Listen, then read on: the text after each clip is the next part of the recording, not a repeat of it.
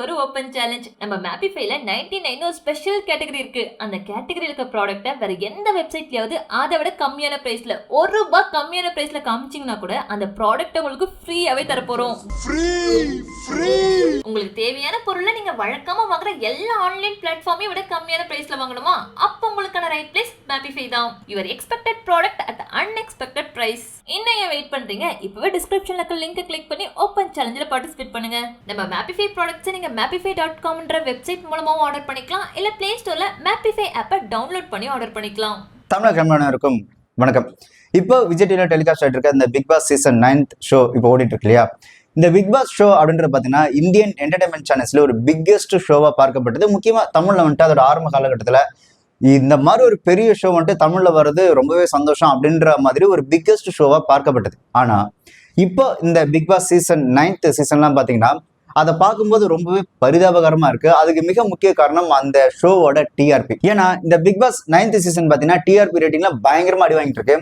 ஒரு டிவில டெலிகாஸ்ட் பண்ற சீரியலா இருக்கட்டும், இல்ல ரியாலிட்டி ஷோவா இருக்கட்டும், இல்ல எந்த ஒரு ஷோவா இருக்கட்டுமே, அது மக்களிடையே நல்ல வரவேற்பு அடைஞ்சிருக்கு. அது வந்துட்டு நல்ல சக்சஸ்ஃபுல்லா போகுது அப்படின்றத அந்த ஷோவோட அந்த டிஆர்பி ரேட்டிங் வச்சுதான் சொல்லுவாங்க.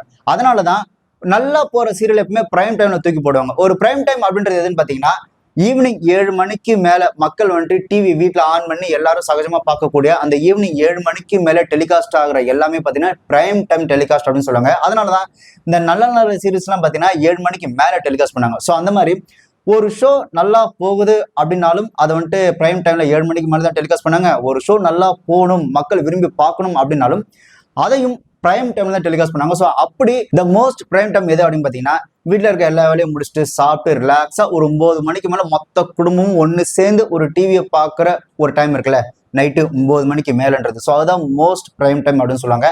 ஸோ அப்படியான ஒரு மோஸ்ட் பிரைம் டைம்ல டெலிகாஸ்ட் பண்ண ஒரு என்டர்டைன்மெண்ட் ஷோ தான் இந்த பிக் பாஸ் ஷோ. அப்படி மோஸ்ட் பிரைம் டைம்ல டெலிகாஸ்ட் ஆகியும் கூட இந்த பிக் பாஸ் சீசன் 9 பார்த்தீங்கன்னா ஜஸ்ட் 5.61 ரேட்டிங் தான் வாங்கியிருக்கு. ஆனா இதே நீங்க மலையாளத்துல மோகன்லால் தொகுத்து வாங்குற அந்த பிக் பாஸ் ஷோ, மலையாள பிக் பாஸ் ஷோ பாத்தீங்கன்னா 12.1 ரேட்டிங் வாங்கியிருக்கு. தெலுங்கு பிக் பாஸ் ஷோ இதை வந்து நாகார்ஜுனா தொகுத்து வாங்குறாங்க. ஸோ அந்த ஷோ பாத்தீங்கன்னா 11.1 ரேட்டிங் வாங்கியிருக்கு. அப்படியே கன்னடத்துல போனோம் அப்படின்னா அந்த ஷோ வந்துட்டு சுதீப் அவர்கள் தொகுத்து வாங்குறாங்க. அந்த ஷோ பார்த்தீங்கன்னா 10.9 ரேட்டிங் வாங்கியிருக்கு. ஸோ தமிழ்ல வெறும் 5.61 ரேட்டிங் தான் வாங்கியிருக்கு. ஆக்சுவலா அந்த டிஆர்பி அப்படின்றத பேஸ் பண்ணி தான் அந்த ஷோக்கு ஸ்பான்சர்ஸ் கிடைப்பாங்க, அந்த ஷோக்கு அட்வர்டைஸ்மெண்ட் கிடைப்பாங்க. டிஆர்பி அடிவாங்க என்ன பண்ணுவாங்கன்னா அந்த அட்வர்டைஸ்மெண்ட் கொடுக்கறதையும் கட் பண்ணிடுவாங்க, அதே மாதிரி ஸ்பான்சர்ஸ் வராங்க இல்லையா, ஸோ அதையும் கட் பண்ணிடுவாங்க. இந்த விளம்பரங்கள் எடுக்கிறதா இருக்கட்டும், ஸ்பான்சர்ஸ் கிடைக்கிறதா இருக்கட்டும், இது எல்லாமே ஒரு டிவில டெலிகாஸ்ட் பண்ற அந்த ஷோவோட டிஆர்பி பேஸ் பண்ணி தான் இருக்கு. இது ஏன் சொல்றேன்னா அதிக பொருட்செலவுல செலவு பண்ணி டெலிகாஸ்ட் பண்ற ஒரு ஷோ அப்படின்றது இவ்வளவு செலவு பண்ணியும் இவ்வளவு மோசமான ரேட்டிங் வாங்குறது அப்படின்றது ரொம்பவே ஒரு மோசமான நிலைமை அப்படின்னு தான் சொல்லணும். இந்த ரேட்டிங் இருக்குல்ல, இந்த ரேட்டிங் பாத்தீங்கன்னா ஒரு சாதாரண ஒரு சீரியல் ரேட்டிங் கூட கம்பேர் பண்ணும்போது ரொம்ப மோசமானதா. இந்த ரேட்டிங்கை ஒரு சாதாரணமா எடுக்கக்கூடிய ஒரு சீரியலே அடிச்சு உடச்சிட்டு போயிருது. ஏன்னா அதே டிவில ரொம்ப நார்மலா வர அந்த பாண்டியன் ஸ்டோர் 2 இருக்குல்ல, அது பாத்தீங்கன்னா 6.46 ரேட்டிங்ல இருக்கு. சன் டிவில டெலிகாஸ்ட் ஆகிற சிங்கப்பெண்ணை சீரியல் பாத்தீங்கன்னா 9.57 ரேட்டிங்ல இருக்கு. ஸோ ஒரு நார்மலா இருக்கக்கூடிய ஒரு சீரியலே அந்த பிக் பாஸ் ஷோட ரேட்டிங்கோட எங்கேயோ இருக்கு அப்படின்னா அப்ப அந்த பிக் பாஸ் ஷோ எவ்வளவு மோசமா மக்களிடையே ஒரு மிக மோசமான ஒரு வரவேற்பு பெற்றிருக்கு அப்படின்றது நம்ம இந்த டிஆர்பி ரேட்டிங் வச்சு தெரிஞ்சுக்க முடியும். பொதுவா ஒரு டெலிவிஷன்ல ஒரு சீரியலா இருக்கட்டும், இல்ல ஒரு ரியாலிட்டி ஷோவா இருக்கட்டும், புதுசாக ஏதாவது ஆரம்பிக்கிறாங்க அப்படின்னா அது அந்த கல்ச்சருக்கு ஏற்ற மாதிரி தான் அந்த சீரியலையும் அந்த ரியாலிட்டி ஷோவும் கொண்டு போவாங்க. ஏன்னா அப்பதான் மக்கள் கிட்ட சீக்கிரமா கனெக்ட் ஆக முடியும், மக்கள் கிட்ட ஒரு நல்ல வரவேற்பு கிடைக்கணும். அப்படி இல்லைன்னா அவுட் நாட் மொத்தமா டோட்டலா கம்ப்ளீட்டா வேற ஒரு ஜேர்னல்ல தான் ஒரு ஷோவையோ இல்ல ஒரு சீரியலையோ கொண்டு வருவாங்க. ஆனா இந்த பிக் பாஸ் ஷோ அப்படின்றது பாத்தீங்கன்னா அது நம்மளோட மக்கள், நமக்கு தெரிஞ்ச மக்கள் உள்ள இருந்தாலும் பட் நம்மளோட கல்ச்சர் அப்படின்றதுக்கு அப்படியே தாண்டின ஒரு விஷயமா தான் இந்த பிக் பாஸ் ஷோ இருக்கு. அண்ட் மக்களுக்குமே பொதுவாகவே ஒரு ஸ்டார் இருக்கிறாங்க அப்படின்னா அந்த ஸ்டார் ரியல் லைஃப்ல எப்படி இருப்பாரு, அவர் எப்படி பேசுவாரு, அதான் சொல்லுவோம்ல, அடுத்த வீட்டு செவுத்து எட்டி பார்க்கறதுல மக்களுக்கு ஒரு சின்ன ஒரு எண்ணம் இருக்கும் இல்லையா, அவங்க என்ன பண்றாங்க, அவங்க என்ன பேசுறாங்கன்னு தெரிஞ்சுக்கலாம்னு ஒரு ஆசை இருக்கு இல்லையா. கிட்டத்தட்ட அந்த மாதிரி தான் இந்த ஸ்டார் உள்ள வந்து இவங்க ரியல் லைஃப்ல எப்படி இருப்பாங்க, அவங்க எந்த மாதிரிலாம் ஆக்டிவிட்டிஸ் பண்ணாங்க அப்படின்னு அவங்கள பத்தி தெரிஞ்சுக்கிற ஆர்வம் இருக்குல்ல, அந்த ஆர்வம் தான் இந்த பிக் பாஸ் ஷோக்கு ஃபர்ஸ்ட் பிளஸ் பாயிண்டா அமைஞ்சது. இந்த பிக் பாஸ் ஷோ அப்படின்றது எப்படி நம்மளோட கல்ச்சருக்கு அப்பாற்பட்டதோ அதே மாதிரி தான் இந்த ஷோவும். நம்ம ஆளுங்க ஒன்றும் அப்படியே ஓனா கண்டுபிடிச்ச ஷோலாம் கிடையாது. ஜென்ரலாவே இங்க வர மேக்ஸிமம் ஆஃப் ரியாலிட்டி ஷோஸ் அப்படின்றது மற்ற நாடுகள், இந்த முக்கியமா இந்த யூஎஸ் சேனல்ஸ், இந்த அமெரிக்கன் டிவி சேனல்ஸ் எல்லாம் இருப்பாங்களே, ஸோ அங்க இருந்து கடன் வாங்கியோ இல்ல திருடி எடுக்கப்பட்ட ஷோவா தான் இருக்கும். கிட்டத்தட்ட இந்த பிக் பாஸ் ஷோவும் அப்படிதான். இந்த ஷோ முதல்ல ஆரம்பிச்சது யாரு அப்படின்னு பார்த்தீங்கன்னா ஜான் டி மோல் ஜூனியர் அப்படின்றவர் 1997ல ஆரம்பிச்சாரு. அந்த ஷோ பார்த்தீங்கன்னா 2000ல தான் அந்த அமெரிக்கன் சீரீஸா பிக் பிரதர்ஸ் அப்படின்ற பேர்ல வந்து டெலிகாஸ்ட் பண்ணிட்டு இருந்தாங்க. ஸோ பிக் பிரதர்ஸ் ஷோ அப்படின்றது உலகளவில் பார்த்தீங்கன்னா பயங்கர ஃபேமஸான ஒரு ஷோ தான்.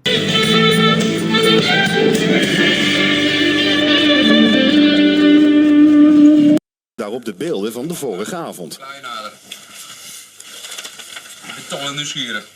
2007ல பாத்தீங்கன்னா அந்த பிக் பிரதர்ஸ் செலிபிரிட்டி ஷோ அப்படின்னு ஆரம்பிச்சு செலிபிரிட்டிஸ் எல்லாருமே அந்த ஷோல கலந்துக்கிட்டாங்க. அதுல இந்தியால இருந்து போன ஷில்பா ஷெட்டி அவர்களும் கலந்துக்கிட்டாங்க. அந்த ஷோல ஷில்பா ஷெட்டி அவர்களை இனவெறி தாக்குதல் நடத்துறாங்க அப்படின்னு சொல்லி அது ஒரு மிகப்பெரிய ஒரு பேசு பொருளாகி, சே நம்ம ஒரு இந்திய பெண்ணை எப்படிலாம் இது பண்றாங்க பாருங்களேன், எப்படிலாம் அட்டாக் பண்றாங்க பாருங்க அப்படின்ற மாதிரி இங்க இந்திய ஊடகங்கள் பயங்கர பூதாகரமா பெருசா பேசி கடைசியில அந்த சீசனோட டைட்டில் வின்னராகவே ஷில்பா ஷெட்டியும் வின் பண்ணாங்க. ஸோ அதுக்கு மிக முக்கிய காரணம் அவங்க மேல் நடத்தப்பட்ட அந்த இனவெறி தாக்குதல் அப்படின்றது ஒரு மிக மிக முக்கிய காரணமா பார்க்கப்பட்டது. Shilpa!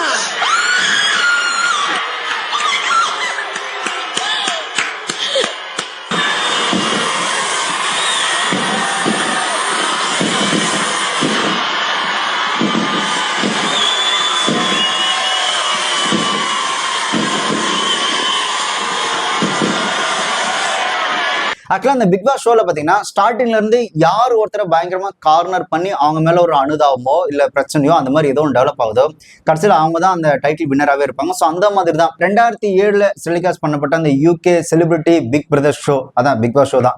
ஸோ அந்த ஷோவோட ஒரு டைட்டில் வின்னரா ஷில்பா ஷெட்டி அவர்கள் வின் பண்ணியிருந்தாங்க. ஸோ அந்த ஷோ தான் இங்க இந்தியாவில முதல்ல ஹிந்தியில வந்தது, அதுக்கப்புறம் தமிழ்ல டெலிகாஸ்ட் ஆச்சு பிக் பாஸ் அப்படின்ற பேர்ல. ஆக்சுவலா இந்த பிக் பாஸ் ஷோட மிக முக்கிய நோக்கமா ஆரம்பத்துல எது பார்க்கப்பட்டது அப்படின்னு பாத்தீங்கன்னா அடையாளம் கிடைக்கப்படாத திறமையாளர்களை கண்டுபிடிச்சு கொண்டு வந்து அவங்கள மக்கள் முன்னாடி காமிச்சு அவங்களுக்கான அடையாளத்தையும் அங்கீகாரத்தையும் இந்த மக்கள்கிட்ட ஏற்படுத்தி கொடுத்து அவங்களுக்கு ஒரு புதிய வாழ்க்கையின் தொடக்கமா இந்த பிக் பாஸ் ஷோ அமையும் அப்படின்ற மாதிரி தான் ஆரம்பிச்சாங்க. அதே மாதிரி ஏற்கனவே மிக பிரபலமா இருந்த அந்த நபர்களை கூட்டு வந்து பல துறைகளில் பிரபலமா இருந்த நபர்களை கூட்டு வந்து அவங்களோட அனுபவத்தை மக்கள்கிட்ட ஷேர் பண்றது மட்டும் இல்லாம அவங்க இப்படிலாம் இருந்தாங்க அப்படின்னு மக்கள்கிட்ட தெரிய வைக்கிறது தான் இந்த பிக் பாஸ் ஷோவோட மிக முக்கிய நோக்கமா இருந்தது ஆரம்பத்தில். தமிழ்ல இந்த பிக் பாஸ் ஷோ ஆரம்பிக்கும் போது அந்த ஷோல வரக்கூடிய அந்த கண்டஸ்டன்ட் ஆரம்ப காலத்துல பார்க்கும்போது எப்படி இருந்தாங்க அப்படின்னா, இது இவங்க கலந்துக்கிறாங்களா, என்னது இவங்களா இந்த ஷோல கலந்துக்கிறாங்களா அட்டே அப்படின்ற ஒரு ஆச்சரியமா இருந்து. பட் இப்போ இந்த ஷோல கலந்து கூட இந்த கண்டஸ்டன்ட் பார்க்கும்போது இது யாருன்னே தெரியல, இவங்கெல்லாம் எதுக்கடா கலந்துக்கிறான் அப்படின்ற மாதிரி தான் இருக்கு. ஒரு சில பேர் வந்துட்டு யாருன்னே தெரியாம சரி விடு கூகுள்ல தேடி பார்ப்போம் இவங்க யாருன்னு அப்படின்ற அளவுக்கு தான் இப்ப வர கண்டஸ்ட் இருக்கிறாங்க. அதே மாதிரி இந்த பிக் பாஸ் ஷோவோட அந்த டிஆர்பி ரேட்டிங் வந்துட்டு பயங்கரமா இன்க்ரீஸ் பண்ணும். அதே மாதிரி வேர்ல்டு வைடா மற்ற நாட்டு மக்களும் இந்த பிக் பாஸ் ஷோவை பார்த்து ரசிக்கணும் அப்படின்றதுக்காக இந்தியால இருந்து கொஞ்சம் பேர் எடுப்பாங்க. அதே மாதிரி பாத்தீங்கன்னா மலேசியா, சிங்கப்பூர், மற்ற நாடுகள் இருந்து கொஞ்சம் ஆட்களை வந்துட்டு இந்த ஷோல எடுத்து அந்த நாட்டு மக்களும் இந்த ஷோவை பார்க்கும்போது நம்ம ஊர்ல இருந்து ஒருத்தன் போய் இந்த ஷோல கலந்துக்கிறான்டா அப்ப நம்மளும் பார்ப்போம் அப்படின்னு சொல்லி அந்த நாட்டு மக்களும் இந்த ஷோவை பாக்குற அளவுக்கு ஒரு இலங்கையில இருந்தோ இல்ல மலேசியால இருந்தோ இல்ல சிங்கப்பூர்ல இருந்தோ அந்த மாதிரி ஆட்களை கொண்டு வந்து ஷோ ரன் பண்ணாங்க. பட் இப்போ இந்த ஷோ எப்படி இருக்குன்னா பயங்கர மோசமா இருக்கு. ஏன் பயங்கர மோசமா இருக்குன்னா இந்த பிக் பாஸ் ஷோல கலந்துக்கிறதுக்கு ஆளே கிடைக்கல. இந்த பிக் பாஸ் ஷோ ஆரம்பிக்கும் போது இந்த ஆரம்ப காலகட்டத்துல மிக பிரபலமான நடிகர்கள், செலிபிரிட்டி, மாடல்ஸ், இந்த ஸ்போர்ட்ஸ்ல மற்ற டிபார்ட்மெண்ட்ல ஜெயிச்ச மிக பிரபலமான நபர்களை இந்த ஷோக்குள்ள கொண்டு வந்திருந்தாங்க. அதை பார்க்கும்போது இன்ட்ரெஸ்டா இருந்து அதுக்கப்புறம் சரியா ஆள் கிடைக்கல அப்படின்னு அதுக்கு அடுத்த கேட்டகரியில இருக்கக்கூடிய அந்த ஓரளவுக்கு கொஞ்சம் தெரிஞ்ச செலிபிரிட்டிஸை கொண்டு வந்தாங்க. அதுக்கப்புறம் பாத்தீங்கன்னா ஆளே கிடைக்கல அப்படின்னு விஜய் டிவில ஒர்க் பண்ற ஆட்களை வச்சு விஜய் டிவி ஆட்களே அந்த பிக் பாஸ் ஷோல அனுப்பி அந்த ஷோ ரன் பண்ணாங்க. இப்போ இன்னும் மோசமாகி ஆளே கிடைக்காம எவன் கிடைச்சாலும் ஷோக்குள்ள தூக்கி போட்டு இந்த பைத்தியக்காரத்தனம் பண்ணி சுத்திட்டு இருந்தாங்க. அவங்க எல்லாத்தையும் ஷோக்குள்ள போட்டு இந்த ஷோவையே ஒரு கலீஜாக்கி வச்சிருக்கிறானுங்க. முன்னாடி எல்லாம் இந்த பிக் பாஸ் ஷோ எப்படி இருந்தது அப்படின்னா ஒரு பர்சன் அந்த ஷோக்குள்ள போனாங்க அப்படின்னா அந்த ஷோ வேர்ல்டு வைடா டெலிகாஸ்ட் ஆகி மக்கள் பார்த்து அந்த ஷோ மூலியமா அந்த பர்சன் பிரபலம் ஆவாங்க அப்படின்ற மாதிரி இருந்து, அதாவது ஒரு கண்டஸ்டன்ட் அந்த ஷோக்குள்ள போனாருன்னா அந்த ஷோ மூலியமா அந்த கண்டஸ்டன்ட் பிரபலம் ஆகிற ஒரு சுச்சுவேஷன் இருந்தது. இப்ப எப்படி ஆயிடுச்சு அப்படின்னா இப்ப இந்த பிக் பாஸ் ஷோவையே பிரபலமாக்குறதுக்கு என்ன பண்றதுன்னு தெரியாம இந்த இன்ஸ்டாகிராம்ல வந்துட்டு ஆல்ரெடி பிரபலம் அப்படின்னு சொல்லி சுத்திட்டு இருக்கிற அந்த கேஸ் எல்லாத்தையும் உள்ள தூக்கி போட்டு இப்ப பிக் பாஸ் ஷோவையே பிரபலமாக்குறதுக்கு என்ன பண்றதுன்னு தெரியாம முடிச்சிட்டு இருக்காங்க. இந்த பிக் பாஸ் ஷோ இவ்வளவு மோசமானதுக்கு மிக முக்கிய காரணம் எதுன்னு பாத்தீங்கன்னா அந்த கண்டஸ்டன்ட் அப்படின்னு ஒரு பக்கம் இருந்தாலும் அந்த கண்டஸ்டன்ட்டை லீட் பண்ணி கொண்டு போற அந்த ஆங்கர், ஆக்சுவலா அந்த டக்கர்னால இந்த பிக் பாஸ் ஷோ பார்த்தீங்கன்னா பயங்கர அடி வாங்கினதும் ஒரு வகையில் உண்மைதான். இதுக்கு இன்னொரு முக்கிய காரணம்னா இந்த பைத்தியங்களை வச்சுக்கிட்டு நம்ம என்னதான்டா பண்றது அப்படின்றது அந்த ஆங்கராலேயே ஒரு ஆங்கரே வந்து ஒரு ஷோல வந்துட்டு புலம்பி தள்ளினது கண்டிப்பா இந்த பிக் பாஸ் சீசனாக தான் இருக்கும். ஒரு ஷோ ஏற்கனவே ரொம்ப நார்மலா சுமாரா போயிட்டு இருந்து இதுக்கு முன்னாடி ஆங்கர் பண்ண ஆள் வந்துட்டு சரியா ஆங்கரிங் பண்ணல, அதனால இன்னொரு புதுசான ஒரு நபர் வந்து அந்த ஷோவை சூப்பரா ஆங்கர் பண்ணி ரொம்பவே பிரமாதமா கொண்டு போயிருந்தாரு அப்படின்னா அது அந்த ஷோக்கு பெருமையா இருக்கும். பட் இந்த பிக் பாஸை பொறுத்த வரைக்கும் அது அப்படி கிடையவே கிடையாது. ஏன்னா விஜய் சேதுபதி அவர்களும் சிம்பு அவர்கள் வரதுக்கு முன்னாடி இந்த பிக் பாஸ் ஷோவை ரொம்பவே நல்லா கொண்டு போயிருந்தாரு கமல் சார். ஆக்சுவலா நமக்கு அது பிடிக்குதோ பிடிக்கலையோ, பட் எவ்ரி வீக் பாத்தீங்கன்னா அது ஒரு என்டர்டைன்மெண்ட் ஷோவா ரொம்பவே அழகா கேரி பண்ணி கொண்டு போயிருந்தாங்க Kamal sir. So Kamal sir நம்ம பார்த்து பழக்கமானதாலேயோ என்னமோ கமல் சாரோட அந்த ஒரு டிராமட்டிக்கான அந்த ஒரு டயலாக்கா இருக்கட்டும், இல்லை அவர் பண்ற அந்த சின்ன ஒரு விஷயங்கள், அவரே ஒரு சில ஸ்கிரிப்ட் எல்லாம் மேக் பண்ணி அவரே ஒரு சில அந்த டிராமட்டிக் டயலாக்லாம் போட்டு அந்த ஷோவை எப்படியோ கேரி பண்ணி கொண்டு போவார் இல்லையா. ஸோ அதை வந்து கமல் சார் அந்த பிக் பாஸ் ஷோல பார்த்து பழக்கமானதுனால அந்த கமல் சாரோட அந்த பிளேஸ்க்கு விஜய் சேதுபதி அவர்களும் நம்மளால இப்ப வரைக்குமே பிக்ஸ் பண்ணவே முடியல. கமல் சார் அந்த பிக் பாஸ் ஷோ என்னதான் ஸ்கிரிப்டா இருந்தாலும் கூட அந்த ஸ்கிரிப்டை அவ்வளவு அழகா ஃபாலோ பண்ணி அந்த ஒரு ஷோவை பயங்கரமா கேரி பண்ணி கொண்டு போவாரு. ஏன் ஒரு சில சீசன்ல அவரு அந்த எபிசோடு அந்த போன வாரம் என்ன நடந்ததுன்னே தெரியாம அவங்க கொடுக்குற அந்த ஸ்கிரிப்டை வச்சு மட்டுமே அந்த ஷோவை ரன் பண்ண காலங்கள்லாம் உண்டு. ஸோ கமல் சாரை பொறுத்த வரைக்கும் இந்த ஷோவை எப்படி என்டர்டைன்மெண்ட்டாக கொண்டு போகணும் அப்படின்ற அந்த தாட்டில் மட்டும்தான் அந்த ஷோவை கொண்டு போனதுனால நமக்கு வந்துட்டு ஏதோ நல்லா இருக்கு அப்படின்ற ஒரு ஃபீல் இருந்தது. பட் விஜய் சேதுபதி அவர்கள் அந்த இடத்துக்கு வரும்போது பார்த்தீங்கன்னா அந்த விஜய் சேதுபதி அவர்களால் அந்த ஸ்கிரிப்ட் படி அவர்களுக்கு போகவே முடியல. ஏன்னா இந்த டிவியில் டெலிகாஸ்ட் பண்ணுற எல்லா ரியாலிட்டி ஷோக்களும் பேர் மட்டும்தான் ரியாலிட்டியை தவிர மற்றபடி எல்லாமே பக்கா ஸ்கிரிப்டட் தான். ஒரு ஸ்கிரிப்டட் வச்சுட்டு அதை தான் அந்த ஷோல அப்படியே ஃபாலோ பண்ணி கொண்டு போவாங்களே தவிர அவங்க ஒன்றும் அப்படியே எதுவுமே யதார்த்தமாக நடக்கிறதே கிடையாது. நீங்க உதாரணத்துக்கு இந்த சிங்கிங் ஷோலாம் பாருங்களேன், ஒரு ஸ்கூல் பொண்ணு பாட வராங்க அப்படின்னா அவங்க யூனிஃபார்மோட தான் அந்த ஸ்டேஜ்ல ஏற்படுவாங்க. யாரோ ஒருத்தர் அப்படி வந்து பாடுவாங்களா, வீட்டுக்கு போய் ரெடி ஆகி ஒரு நல்ல ட்ரெஸ் போட்டு வந்து தான் பாடுவாங்க தவிர அந்த ஸ்கூல் பொண்ணு அந்த யூனிஃபார்மோட வந்து பாடுறது, இந்த குப்பை ஆள்றவங்க அந்த குப்பை ஆள்ற ட்ரெஸ்ஸோட வந்து வருது, இந்த லாரி ஓட்டுறவங்க இந்த லாரி ஓட்டுற ட்ரெஸ்ஸோட அந்த வந்து நிக்கிறது இருக்கு இல்லையா, இது எல்லாமே பக்கா ஸ்கிரிப்டட் தான். ஸோ இங்க ரியாலிட்டி ஷோன்னு காட்டப்படுற எதுவுமே ரியாலிட்டிலாம் கிடையாது, எல்லாமே பக்கா ஸ்கிரிப்டட் தான். கிட்டத்தட்ட இந்த பிக் பாஸ் ஷோவும் அதே மாதிரி தான். பட் ஸ்கிரிப்ட் அப்படின்னா தினமும் வந்து நீங்க இன்னைக்கு இந்த டைலாக் பேசணும் அப்படிலாம் இருக்காது. நீங்க இந்த கேரக்டர் இப்படி கொண்டு போங்க, இந்த வாரம் ஷோ இப்படி போச்சு, ஸோ இதை வந்து நீங்க இன்னும் கேரி பண்ணி கொண்டு போனோம்னா நீங்க ஏதாவது பிராங்க் பண்ற மாதிரி பண்ணுங்க, இல்லை ஏதாவது சண்டை போடுற மாதிரி பண்ணுங்க.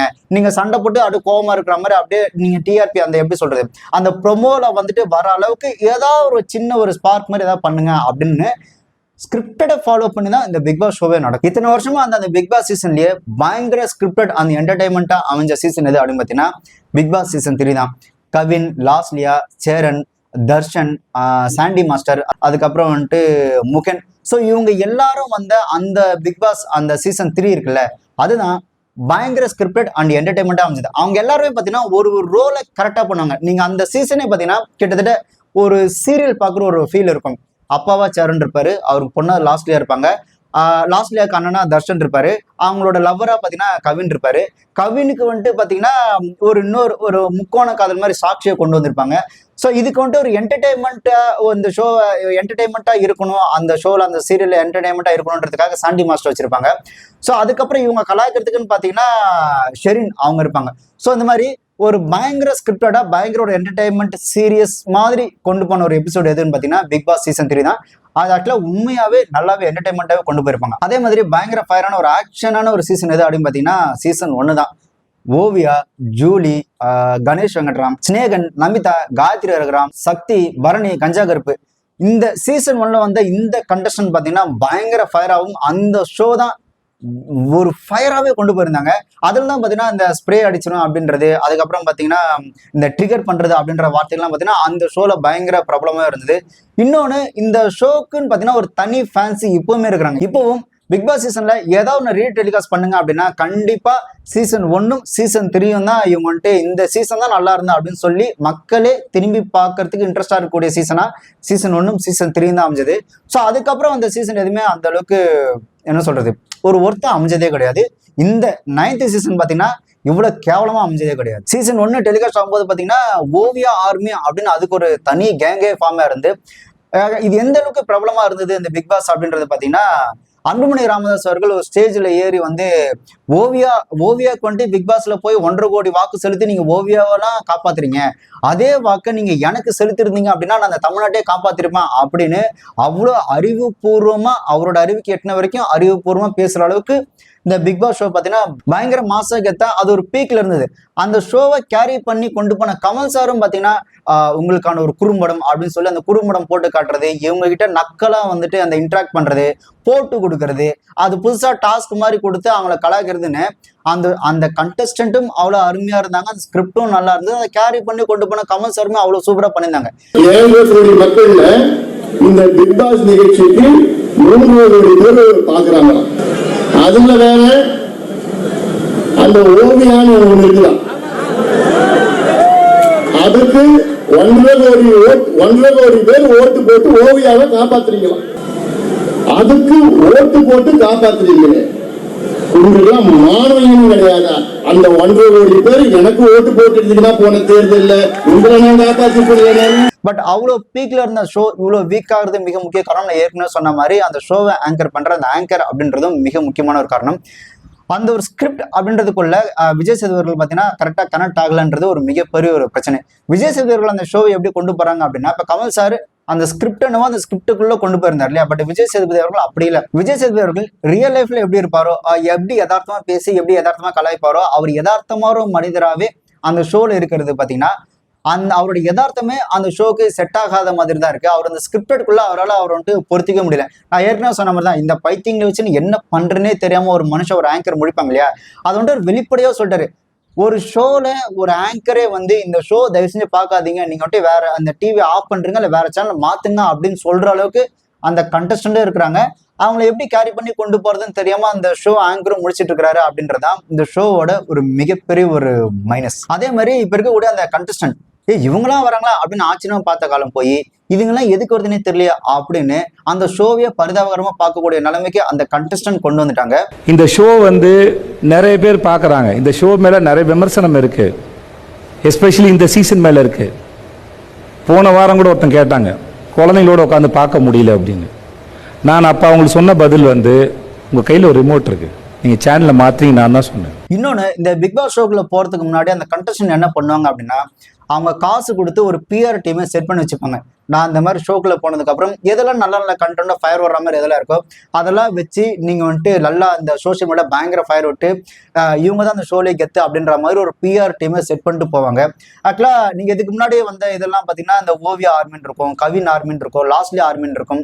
ஸோ அந்த மாதிரி ஆர்மி கிரியேட் பண்ணி ஃபயர் விடுற அளவுக்கு ஒரு பிஆர் டீம் வந்து செட் பண்ணிட்டு தான் உள்ளே போவாங்க. பட் இப்போ இருக்கிற அந்த கண்டஸ்டன்ட்டுக்கு ஒரு பிஆர் டீமை அவங்க செட் பண்ணிட்டு போனாலும் அவங்களால ஒரு ஃபயர் விடுறதோ ஒரு ப்ரொமோஷன் பண்றதோ பண்ணவே முடியாது. அப்படி பண்ணானுங்க அப்படின்னா அவனுங்களே செருப்படி தான் வாங்கணுங்க. ஏன்டா இது ஒரு கருமன்னு சொல்லி இதுக்கு ஃபயர் விட்டு பிஆர் டீம் ஒர்க் அவுட் பண்றீங்கடா அப்படின்னு அந்த பிஆர் டீமை காரி துப்பாங்க அப்படின்றதுக்கு பயந்து இந்த ஷோல பார்த்தீங்கன்னா பிஆர் டீமும் ஒர்க் அவுட் ஆகவே இல்லை.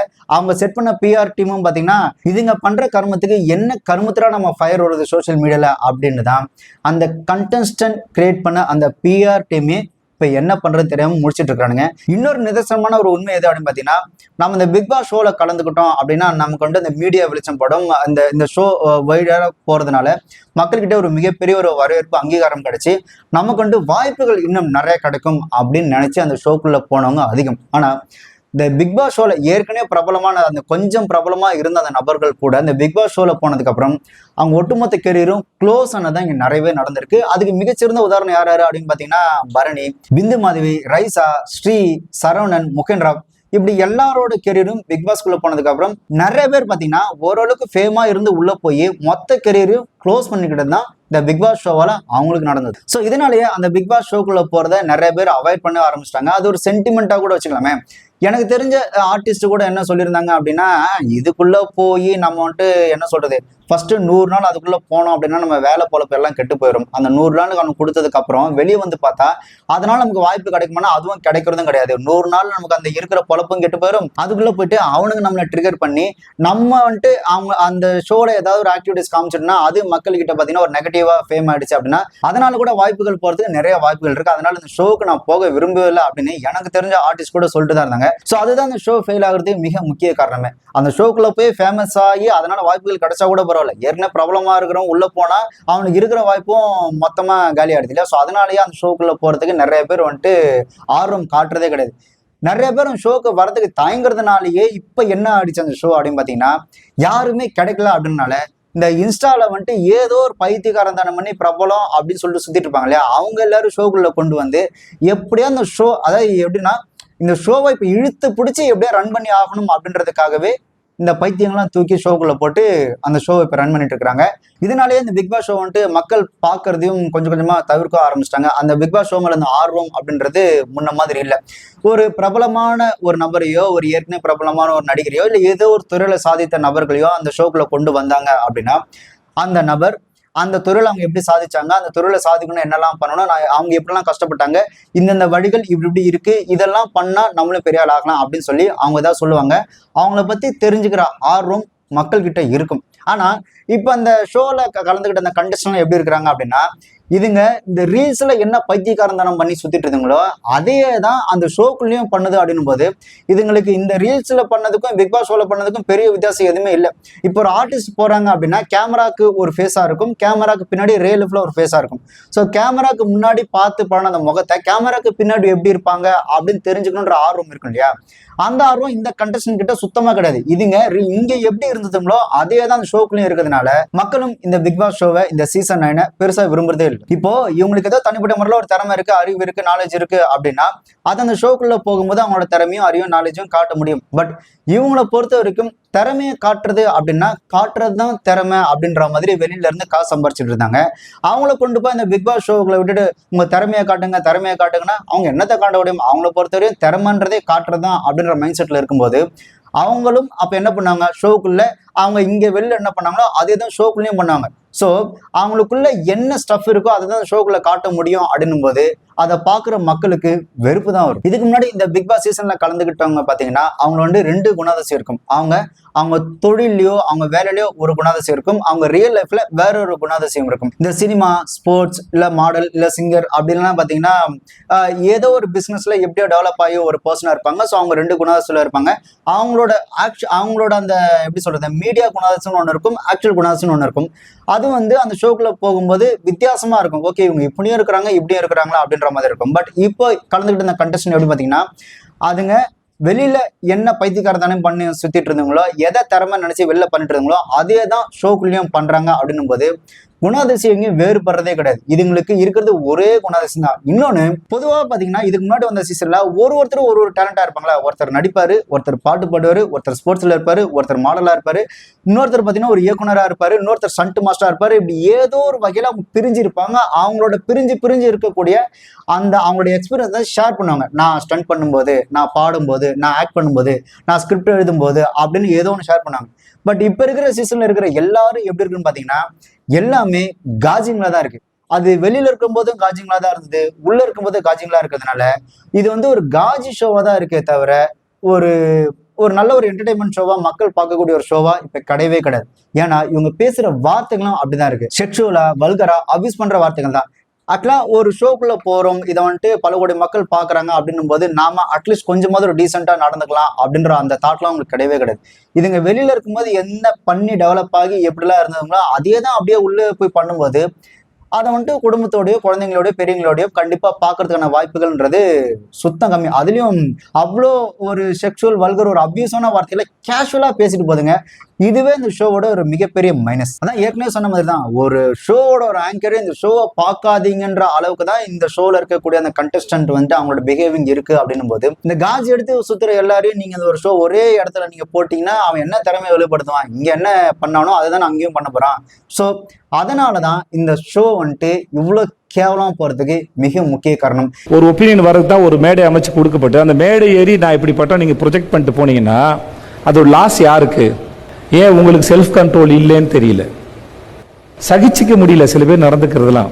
இந்த மாதிரி நாட்கள் பாத்தீங்கன்னா இந்த சமூகத்துக்கு ஒரு தவறான ஒரு உதாரணம் தான். இது என்னவாகும் அப்படின்னா இந்த சமூகத்துல ஓ நம்ம வந்துட்டு நல்ல திறமையா இருந்தா படிச்சாலோ இல்ல நல்ல ஒரு பெரிய ஆளானாலோ இல்ல ஏதோ ஒரு துறையில சாதிச்சாலோ இந்த ஷோக்கெல்லாம் போக முடியாது போல. அப்போ இவங்கள மாதிரி நாமளும் பைத்தியக்காரத்தனை பண்ணி ஏதாவது காமிச்சாதான் இந்த ஷோக்குள்ள நம்மளை இழுத்துப்பாங்க போல அப்படின்னு, ஓகே நம்மளும் இந்த மாதிரி ஒரு பைத்தியக்காரத்தனை பண்ணி நம்மளும் இந்த ஷோக்குள்ள போறது ட்ரை பண்ணலாம் அப்படின்னு இவனுங்களும் அந்த பைத்தியக்காரத்தனம் பண்றதுக்கு தான் இவனுங்க முயற்சி பண்ணவனே தவிர ஏதோ ஒரு துறையில சாதிச்சு அந்த ஷோக்குள்ள போகணும் அப்படின்ற எண்ணம் அவங்களுக்கும் வராது. அந்த மாதிரியான ஒரு எண்ணத்தை இவங்களும் உருவாக்கி வைக்கல. இப்ப அடுத்தடுத்து வரவங்க எப்படி வருவாங்க, இதே மாதிரி ஒரு பைத்தியக்காரத்தனம் பண்ணி எப்படியா ஷோக்குள்ள போகணும் அப்படின்னு. இப்ப கூட எவனோ ஒருத்தன் பிக் பாஸ் ஷோக்குள்ள போறதுக்கு ஹெல்ப் பண்ணுங்க அப்படின்னு சொல்லி எவ்வளவு பெரிய ஒரு பைத்தியக்காரத்தனம் பண்ணி சுத்திட்டு இருந்தான் தெரியுமா. சோ இந்த மாதிரியான ஆட்கள் தான் அடுத்தடுத்து இந்த சோசியல் மீடியாக்கள் இருந்து வளரவும் ஆரம்பிப்பாங்க இந்த ஷோ மூலியமா. முன்னாடி காலத்துல இந்த டிவில டெலிகாஸ்ட் பண்ண இந்த ரியாலிட்டி ஷோ எப்படி இருந்து அப்படின்னு பாத்தீங்கன்னா, மக்களை வந்துட்டு ஒரு நல்ல ஒரு என்டர்டைன்மெண்ட் பண்றது மட்டும் இல்லாம அவங்கள வந்துட்டு எஜுகேட் பண்ற மாதிரியும் இருக்கும், அதே மாதிரி அவங்களோட திறமையை வளர்க்குற மாதிரியும் இருக்கும். ஆக்சுவலா சின்ன வயசுல வந்துட்டு டிவியை பார்க்கும்போது கம்பேரே பண்ணாங்க, அப்படி பண்றதே தப்பு தான், பட் இருந்தாலும் சொல்றேன். ஆக்சுவலா எப்படி கம்பேர் பண்ணாங்கன்னா, இங்க பேர் உன்ன மாதிரி ஒரு பையன் என்னமா டான்ஸ் ஆடுறான் பாரு, உன்ன மாதிரி ஒரு பையன் என்னமா பாட்டு பாடுறான் பாரு, உன் வயசான இருக்கும் அவன்லாம் என்னமா பேச்சு பேசுறான் பாரு அப்படின்னு அந்த டிவில டெலிகாஸ்ட் ஆகிற ரியாலிட்டி ஷோ வச்சு பெருமையா சொல்லுவாங்க. பசங்களை வந்துட்டு இங்க பேர் இதை பார்த்து கத்துக்க அப்படின்னு பசங்களுக்கு அந்த ஷோ வச்சு அட்வைஸ் பண்ணாங்க. பட் இப்போ இந்த ரியாலிட்டி ஷோலாம் எப்படி ஆயிடுச்சு அப்படின்னா, இந்த இன்ஸ்டாகிராம்ல வந்துட்டு எதையோ ஒன்று காமிச்சு எப்படியோ சம்பாரிச்சா போதும் அப்படின்ற ஒரு மென்டாலிட்டி இருக்கு இல்லையா, அதே இப்போ ரியாலிட்டி ஷோக்குள்ளேயும் வந்துட்டாங்க. எதையாவது ஒன்று காமிச்சு ஏதாவது ஒரு பைத்தியக்காரத்தனத்தை ஏதாவது ஒன்று பண்ணியாவது பணம் சம்பாதிக்கணும் அப்படின்ற அந்த ஒரு மனநிலைக்கு இந்த ரியாலிட்டி ஷோல இருக்கவங்க நிறைய பேர் வந்துட்டாங்க. அதுல மிக முக்கியமானது இந்த பிக் பாஸ் ஷோ. இப்போ ஒரு திறமையான ஒரு நபர்கள் எடுத்து ஒரு ஷோக்குள்ள போட்டு ஒரு ஸ்போர்ட்ஸ்லயோ ஒரு சினிமாலயோ ஏதோ ஒரு டிபார்ட்மெண்ட்ல திறமையான இருக்கிற ஆட்களை அந்த ஷோக்குள்ள கொண்டு வந்து அவங்களோட அந்த அனுபவங்களை எக்ஸ்பீரியன்ஸை வந்துட்டு மக்கள் முன்னாடி பேசி அதை பார்க்குற ஆடியன்ஸ்க்கு வந்து ஓ ஓகே இவங்க இப்படிலாம் கஷ்டப்பட்டு இருக்காங்களா, இதே மாதிரி நம்மளும் இருக்கணும் அப்படின்னு ஒரு மோட்டிவேட் ஆகணும். இப்போ இந்த சீசன்ல அந்த பார்ட்டிசிபென்ட் அந்த கண்டெஸ்டன்ட்லாம் இருக்காங்க இல்லையா, இப்போ அவங்க வந்துட்டு அவங்க என்னென்ன ஆடியன்ஸை மோட்டிவேட் பண்ணாங்க, நான்லாம் வந்து இவ்வளவு கஷ்டப்பட்டு வந்தேன் அப்படின்னு சொல்லுவாங்களா, இல்ல நான்லாம் வந்துட்டு திறமையை காமிக்க சொன்னாங்க, நான் காமிச்சே திறமையா இந்த ஷோக்குல வந்துட்டேன் பாருங்க அப்படின்னு சொல்லுவாங்களா. அவங்களுக்கு உதாரணத்துக்கு சொல்றது கூட ஒரு மயிரும் கிடையாது அப்படின்னும் போது இந்த ஷோவும் மயிறு மாதிரி தான் இருக்கும். ஹலோ மக்களே, உங்களுக்கு ஒரு ஓப்பன் சேலஞ்ச். நம்ம மேபிஃபைல 99 ஒரு ஸ்பெஷல் கேட்டகரி இருக்கு. அந்த கேட்டகரியில் இருக்க ப்ராடக்ட்டை வேற எந்த வெப்சைட்லயாவது அதை விட கம்மியான பிரைஸ்ல ₹1 கம்மியான பிரைஸ்ல காமிச்சிங்கன்னா கூட அந்த ப்ராடக்ட்டை உங்களுக்கு ஃப்ரீயாவே தரப்போறோம். உங்களுக்கு தேவையான பொருளை நீங்க வழக்கமா வாங்குற எல்லா ஆன்லைன் பிளாட்ஃபார்மையும் விட கம்மியான பிரைஸ்ல வாங்கணுமா?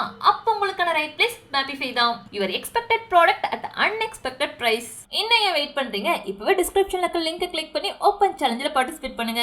நம்ம மேபிஃபை ப்ராடக்ட்ஸை நீங்க mapify.com வெப்சைட் மூலமாவும் ஆர்டர் பண்ணிக்கலாம், இல்ல பிளே ஸ்டோர்ல மேபிஃபை ஆப்பை டவுன்லோட் பண்ணி ஆர்டர் பண்ணிக்கலாம்.